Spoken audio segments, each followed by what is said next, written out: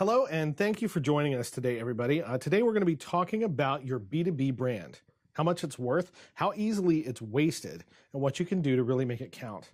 Along the way, we're going to take on the holy grail of branding challenges and fix the worst B2B brand of all time. Yeah, so we're excited and just maybe a little bit scared.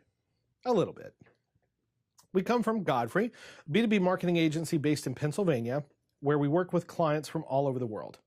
Godfrey helps build and express the brands for clients in building materials, chemistry, construction equipment, HVAC, you name it. And as executive creative directors, we get to be involved in pretty much any brand-related work that happens with any of our clients. So a lot of what we're talking about today represents what we've learned through all of those experiences. So we're going to tell you this story. We're going to walk through the high-level takeaways that we have for you, some of the examples, and we're going to go through the exercise toward the end. And if you want, throughout the course of this, feel free to take down your questions, write them down. We're going to have an opportunity to go through Q&A after we've gone through all the exercises today, and we're excited to hear your questions. All right, so let's get started. What is a brand worth?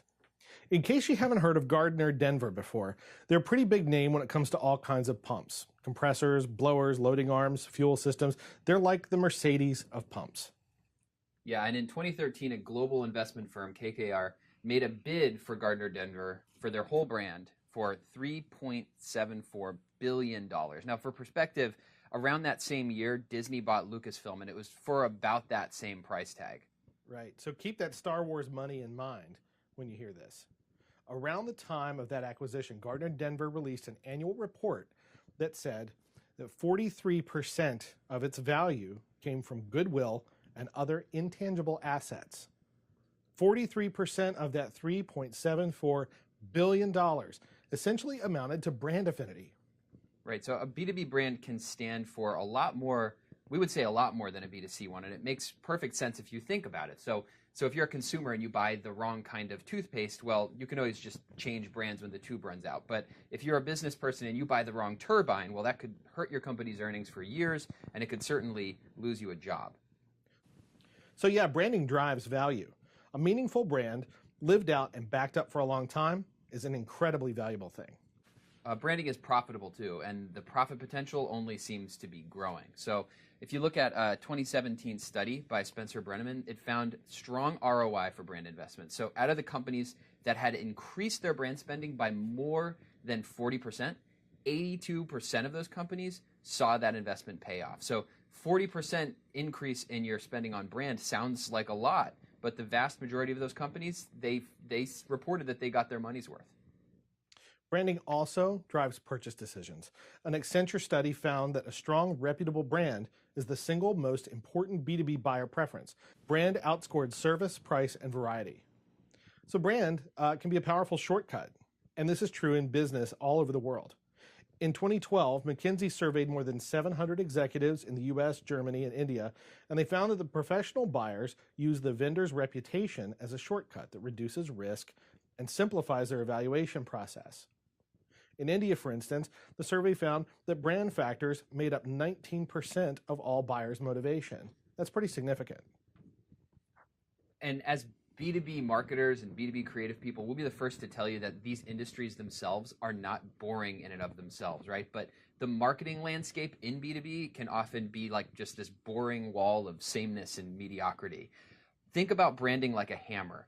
Your brand is a strategic tool that can help you break through the morass of the market and get noticed and connect with the customer in a really meaningful way. And, you know, a remarkable brand couldn't be more important than it is right now in today's world of perpetual media consumption where it just never stops and we're constantly exposed to marketing messages. You need to make a profound connection with your audience. And branding, well, that's one of the best ways to do it. Your brand is also a critical tool for reaching your audience emotionally. Companies often act just like people when it comes to their purchase decisions. A strong brand can reinforce the rational advantages of the offering, but also speak to the purely emotional side of the decision. So, we can see that your brand has real, measurable worth. But what is a brand really? So when a lot of people think about what branding is, their mind immediately goes to the more superficial elements, like especially the logo, maybe colors, maybe some of the things that go into a brand guide. But in reality, there's so much more to the reality of a brand than those elements that hover right around the surface. The brand itself is actually something tremendous and far-reaching. What is your brand? Well, it's really the sum total of perceptions about your company. So your customers, your shareholders, your employees, anyone who's ever used your products or visited your website, your brand is whatever those people think it is.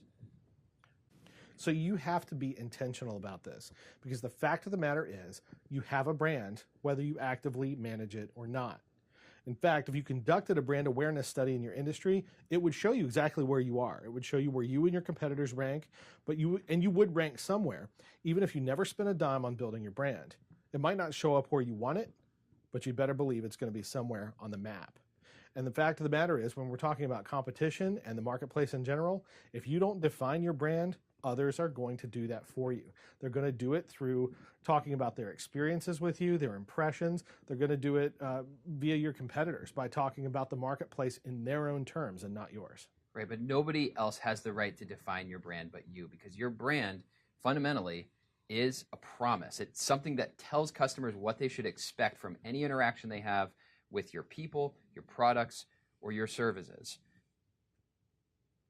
It's also an asset, and the investment itself is long-term. So think about a brand like Coca-Cola, for instance. They've built this powerful brand equity over the course of generations, and because of that, they can charge more for the product, and customers will pay more. They will pay that higher price. So in B2B, we see the same principle at work, and it holds true for brands like GE, IBM, CAT, Deere, Cisco, and many others.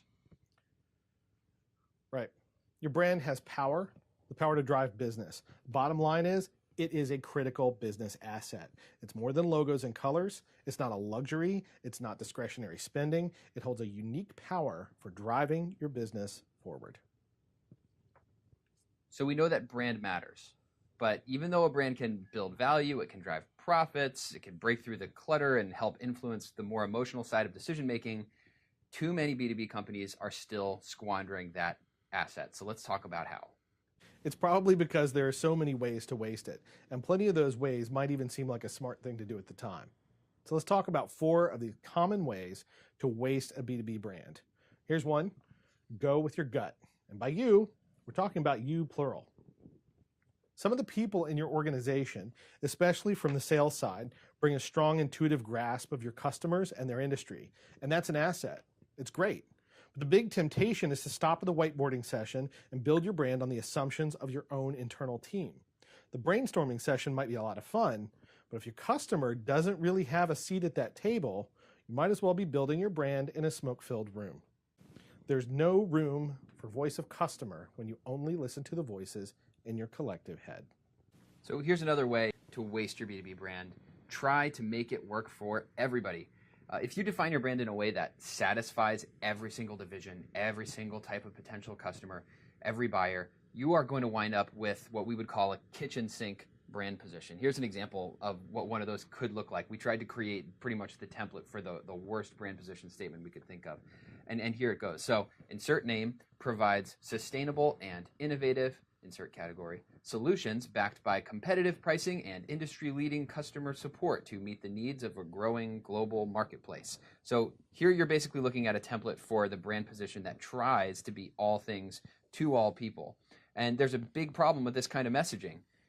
You really end up, at the end of the day, with a brand that feels like a bottle of Dr. Bronner's All-One Magic Soap. You're packing in so many messages that it's really almost impossible to distinguish which message really matters. In other words, there's no there. So when you try to say everything, you kind of wind up saying nothing at all. That's how trying to make everybody happy is yet another way that you can waste your B2B brand.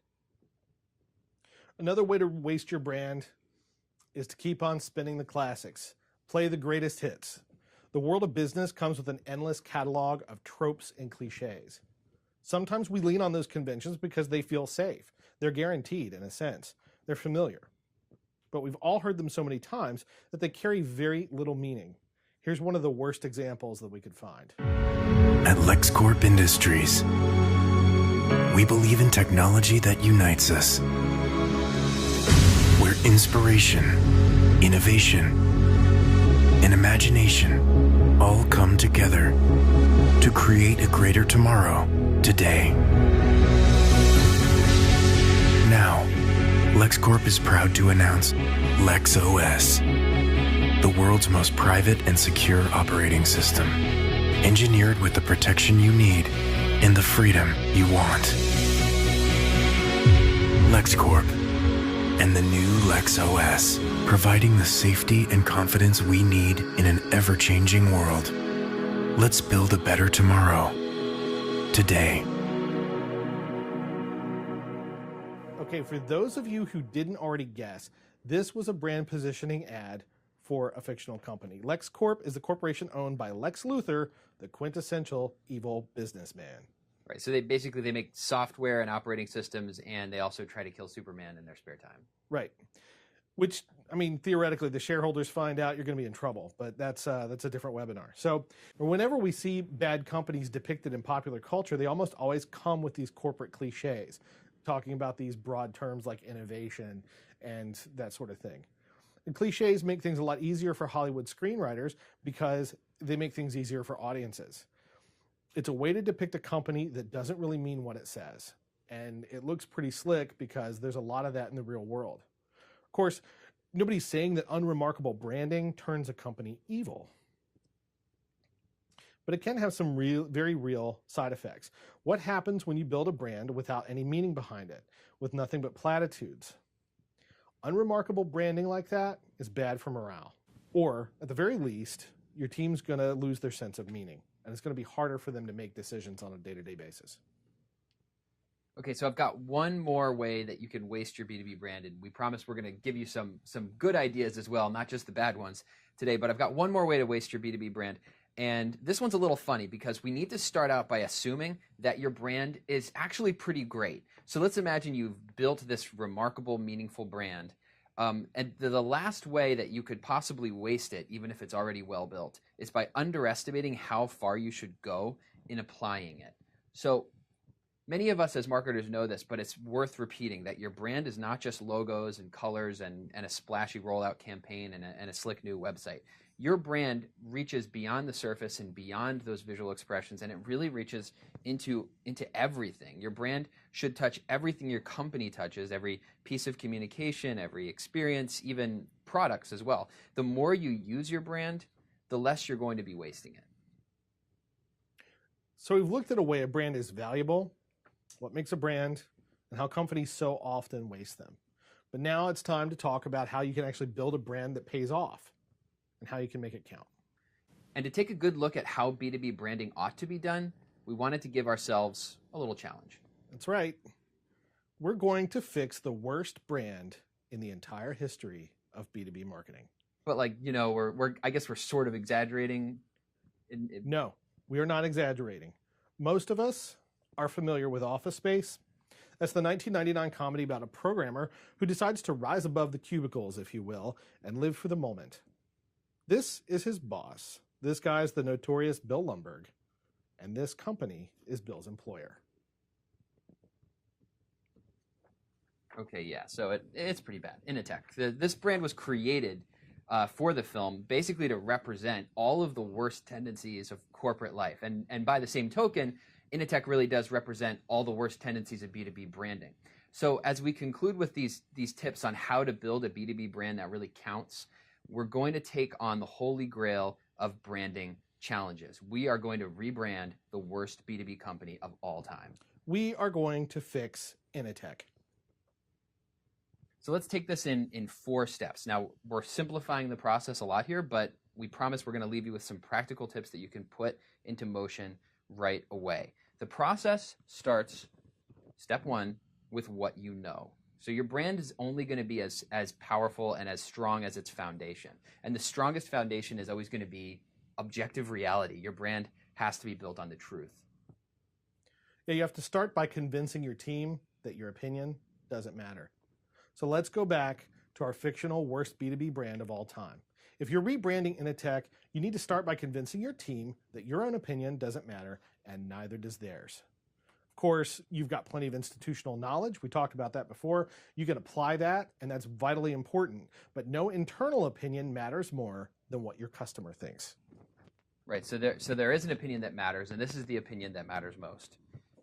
Now, Rebecca here is not a real person. Rebecca is a buyer persona. So that means if you rolled up all of Initech's target audience members into one person, you'd basically get Rebecca. She's the CIO of a credit union, and that means Rebecca holds the purse strings on any major software purchase. So if Initech can build a brand that really means something to Rebecca, they're going to have a winning brand. But we really need to understand Rebecca before we can do that. And since Rebecca is a composite of a whole bunch of people, you're going to need to talk to a whole bunch of people to really understand what she values. Right. We're going to hold anywhere from 12 to 25 interviews, depending on the size of the audience. And we'll ask all the Rebeccas out there, all of those CIOs. We're going to ask them questions like, how long have you been in your current position? How do you perceive the Initech brand? What's the purchase process for software in your organization? Who's involved with it? How do you decide what companies to evaluate? What are the major considerations in making a final purchase decision? Right, and by giving real voices to these people that matter the most, we end up learning things that we might not have otherwise known, like this fact. Security is, hands down, the top factor we consider. Honestly, I don't know anyone in this industry who doesn't lose sleep worrying about cybercrime. Right, so we can learn about what matters to our customers. Initech, that is, can learn what matters to their customers. And Initech can also learn about why their customers do choose to work with them. Other contractors offer a more flexible platform or maybe a lower cost, but I'd never take that over the confidence I have in Initech. We're in good hands, and that makes a huge difference. So these are the opinions that matter most, and this is the kind of insight that matters most. There are other forms of insight, so we do want to understand, especially where the competitors are playing in terms of market and messaging. So there are other things we want to learn, other things we want to know before we move forward in the process. But again, the form of insight that matters more than anything else is the voice of your customer.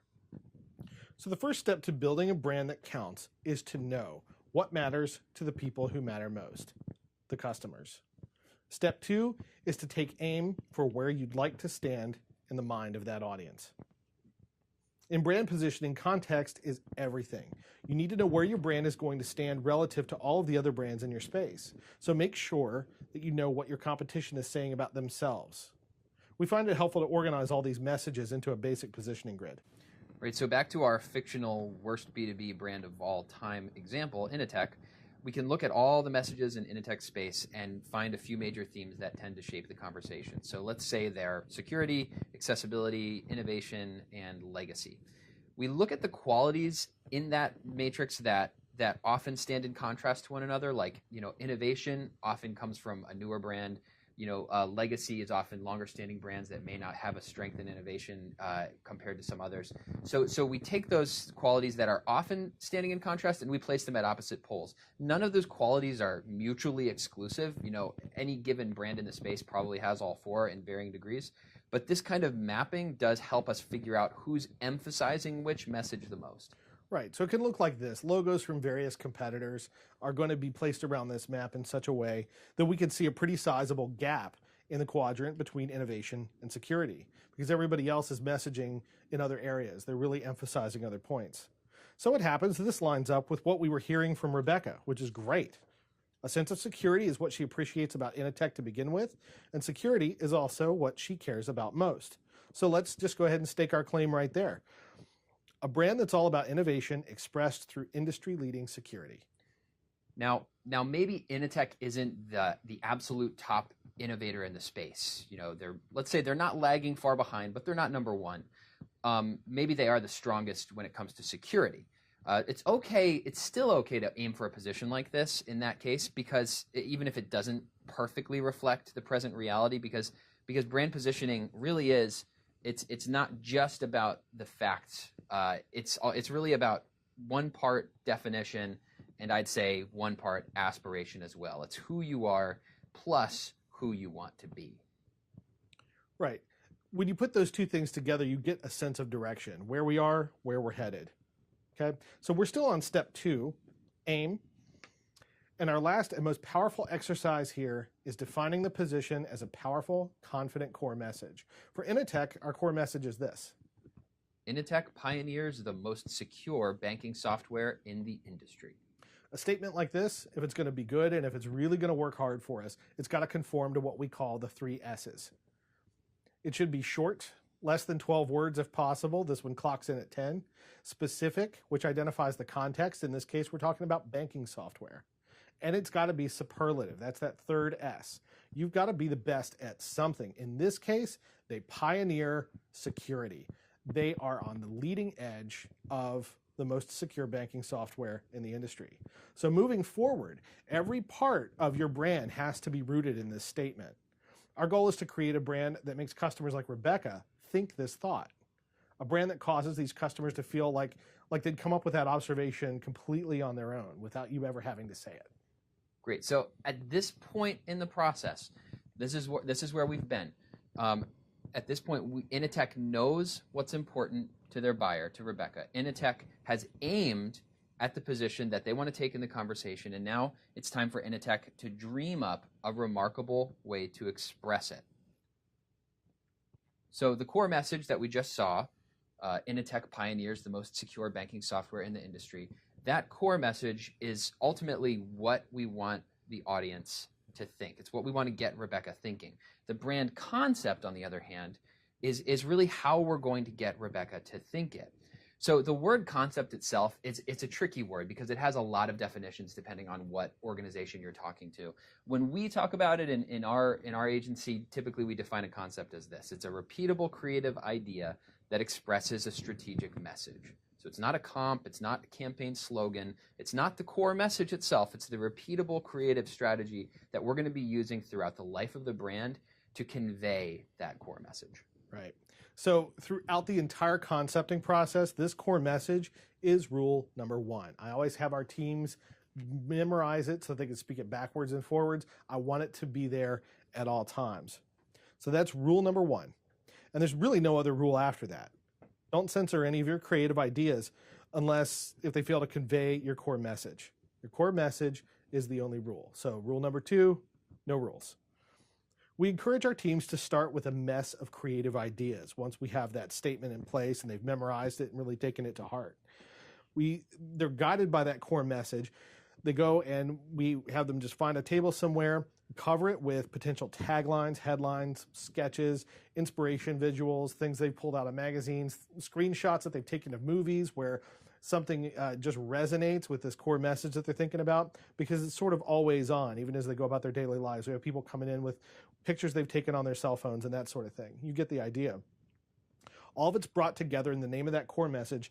Initech pioneers the most secure banking software in the industry.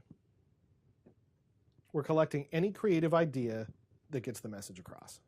Right, and perhaps out of that big wild pool of possibilities, a few similar approaches, some continuities rise to the surface. So in this case, maybe we can present the Initech brand as this sleek and sophisticated brand that's also tough as nails. So we thought, what if Initech looked like an organization that was born in some bunker beneath the Pentagon? What if it looked like the most elite tactical crew of hackers you could possibly dream up? We usually find a few promising threads and start to define them. We get them in these little piles of cards and we start to sift through everything. Today, we're going to stick with one. We always define a concept in a consistent way. We want to give it a simple nickname, which is really just an internal handle so that we can reference it quickly. We pair that with a tight, no-frills definition. None of this language will ever be audience-facing, so we can really make it what we need it to be as a tool. It's just a simple recipe for how the concept uses a creative expression to capture that core message.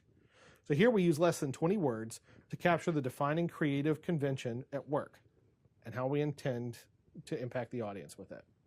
So here's the new brand concept definition for Initech. So we nicknamed it Vault. And the big idea is to combine a sturdy yet sleek aesthetic with an intrepid voice to build a brand of secure innovation. So now we've got the defining creative convention and the intended effect laid out in that core definition. We have a definition. And at the same time, As we've developed this and we've really started to lock down where we're heading and what the recipe is, we can also start refining our set of visual inspiration. So that could look something like this. And so now with the Vault concept, we're looking for brand identities for Initech that represent a sleek yet sturdy aesthetic, brands that represent cool, collected strength.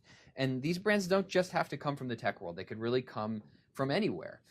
So at this stage in the game, we've got the definition locked down. We know the recipe. We know how we're going to carry out that core message and express it visually and creatively.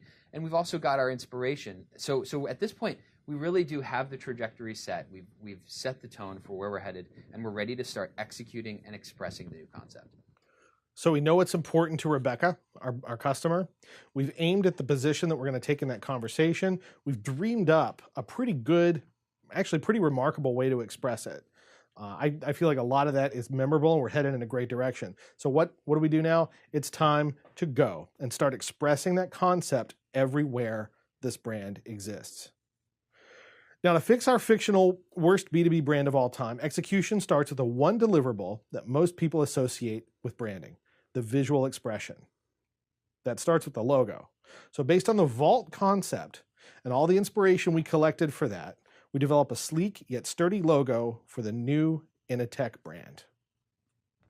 So remember this is straight out of the film. You know, we started with a generic corporate mark, and now under the Vault concept, you know, focused on that idea of the safest innovator in the space, we can reshape this mark into something that really says innovation and security. So here's the new Initech. This is a company that as the core message states, a company that pioneers the most secure banking software in the industry, and now Initech looks that way. So a couple of notes on the design here. For one, we have a cool blue color in the original corporate mark. We have cubes that sort of form these hexagonal building block shapes. And we picked up on those things and carried them forward under this new core message, this new better idea. And we wanted to make it much sleeker and, frankly, more trustworthy in appearance, but also a little forward facing. So color scheme wise, we stayed with these cool colors. You don't want to use a lot of warm like reds and that kind of thing when you're talking about banking, because that's, you know, the red ink is typically not a good sign when you're talking about finances. You know, and we also have some of these cooler colors that build on the idea of metal and steel and vaults and that kind of thing. So we carry all of that into the rest of the visual identity. Choice of colors, fonts, every design feature is shaped by that Vault brand concept. But we don't just stop at the brand guide. We apply this concept everywhere the brand lives, and that's vitally important. Right. Yeah, we take it as far as we possibly can. So for instance, you know, what about office design? If you look at the film, and we mentioned this earlier, that the Initech brand and the Initech company was really created for office space, the film office space, to represent one of the worst, most disheartening B2B companies you could possibly work at. And in the film, the workspace itself is about as sad and oppressive as the rest of the brand. So if you look at that sculpture right in the center of the frame, you might notice this is placed there for the film, and it's a sculpture that literally depicts a square peg going into a round hole. So in most companies, office design is a massive and often easily missed opportunity. But B2B brands can and really should learn what retail stores and restaurants have known really for generations at this point, which is that your brand can translate into an immersive environment. Cliff, I need to stop and tell you something at this point. I've been in graphic design and art professionally for 20 years. Mm-hmm. I did not know that many things could come in the same color of gray. There's a beautiful spectrum of gray that we're trying to move beyond in the new Initech. So let's see how we can do that. Okay. When you know your brand concept, it'll start to influence those hundreds of little decisions that you make in updating your workspace. And if any workspace ever needed updating, it's this one. So let's say we're going to repaint the lobby. We already have the colors. We already decided those in the brand manual. It's just as easy as picking things that match that. If you're replacing the furniture, we're going to look for something sleek but sturdy, just like the brand. If we're going to remodel a common room, all we have to do is talk to the interior designer and say, we need more steel, we need more glass, we need more stone. Make it feel like the new Initech. Right, and this can apply to corporate culture as well, and this is one of the most important places where you apply your brand. So instead of at the new Initech, instead of these empty platitudes that constantly fueled the old Initech, now everyone in the company has a better understanding of their purpose. So they can start to ask some of the questions, instead of asking, is this good for the company? They can start to move a little bit closer to maybe what they should have been asking all along, even prior to the brand update, like, what does it mean for the customer? Does this keep our customer safe? But also with the personality of their new Initech brand in that vault concept, they can ask the question in a much more dynamic and inspiring way. They can put forth a challenge like this to their internal audience. Break it before the bad guys can. This idea that these people are protectors and guardians, and it's their job to get inside the enemy's head and block them at every turn. But there's even a different voice here. Like the previous ideas were all questions. Let me stop and question something before I do it. This is an imperative. This is a statement. Break it before the bad guys can. This is a challenge, and I love it. And that means that for a guy like Peter, if you remember from the film, he winds up exploiting a security flaw to his own advantage, which is not good. We don't recommend it. Please don't do that. He would actually be the perfect sort of thinker for the new Initech. This is a guy who just needs a mission and somebody to do something for, rather than this faceless company. So it's everyone's job to innovate security, to spot those gaps and to close them. So if we get him on board with that, Peter's not going to feel like a drone. He's going to feel like a special agent. Right, but not everyone is always perfect for the new Initech. So, you're not always going to be the right cultural fit. And now with the newly defined Initech brand, at least moving forward in recruiting, we're going to know how to look for the kind of folks that are going to show up for more than just coffee and a paycheck. Yeah, Bill, we're going to have to ask you to not come to work anymore, okay? So there's hope for even the worst B2B brand of all time. Even Initech can grow from a wasted branding opportunity with all of its soul-sucking grays and its TPS reports and its terrible demotivating banners to a living brand that's rooted in what matters to the audience and lived out in a way that's exciting and is meaningful for folks on the internal team. So don't waste your B2B brand. You don't need to. And B2B branding is worth a lot more than you think. It's more than logos and colors. It's a promise you make to your customer and to yourself. So you have to exercise some caution when you're feeling that need to go with your gut, to try to make everyone happy, to just play the hits and stick with what's safe and the things that you've always done, or trying to not get too crazy and not get too carried away. You don't want to limit your thinking. So you want to build a brand that really stands for something, a brand that counts. And to do that, we've talked about a few ways to get there. So it always starts with what you know. It starts with understanding the opinion that matters most. So in our fictional example with Initech, that was Rebecca, the buyer persona of the CIO. We needed to know what mattered to Rebecca, what was important to her, and the whole brand is ultimately going to be built around those values. From what we know, it then goes into how we focus our message, how we aim. And focusing your brand is about being specific and short and superlative, really nailing down what one thing you want to be doing best. And it's a combination of who you are and who you want to be. So there's a degree of aspiration in this statement, but you have to be bold. From aim, we move into dream. You need to find a surprising, repeatable way to channel that message through your creative expression. The only rule throughout this stage of the process is that you stick to the core message you came up with in step 2. But you need to take that idea and find a compelling way that makes the audience feel like they thought of your core message on their own. And then finally, once you have that brand concept nailed down and you have a compelling message at the core, you need to apply that brand concept wherever it leads you, into every single expression, every single place where your brand lives, from the customer experience all the way down to your internal culture. So that's how you build a B2B brand that counts. And of course, how you avoid wasting your brand. Absolutely.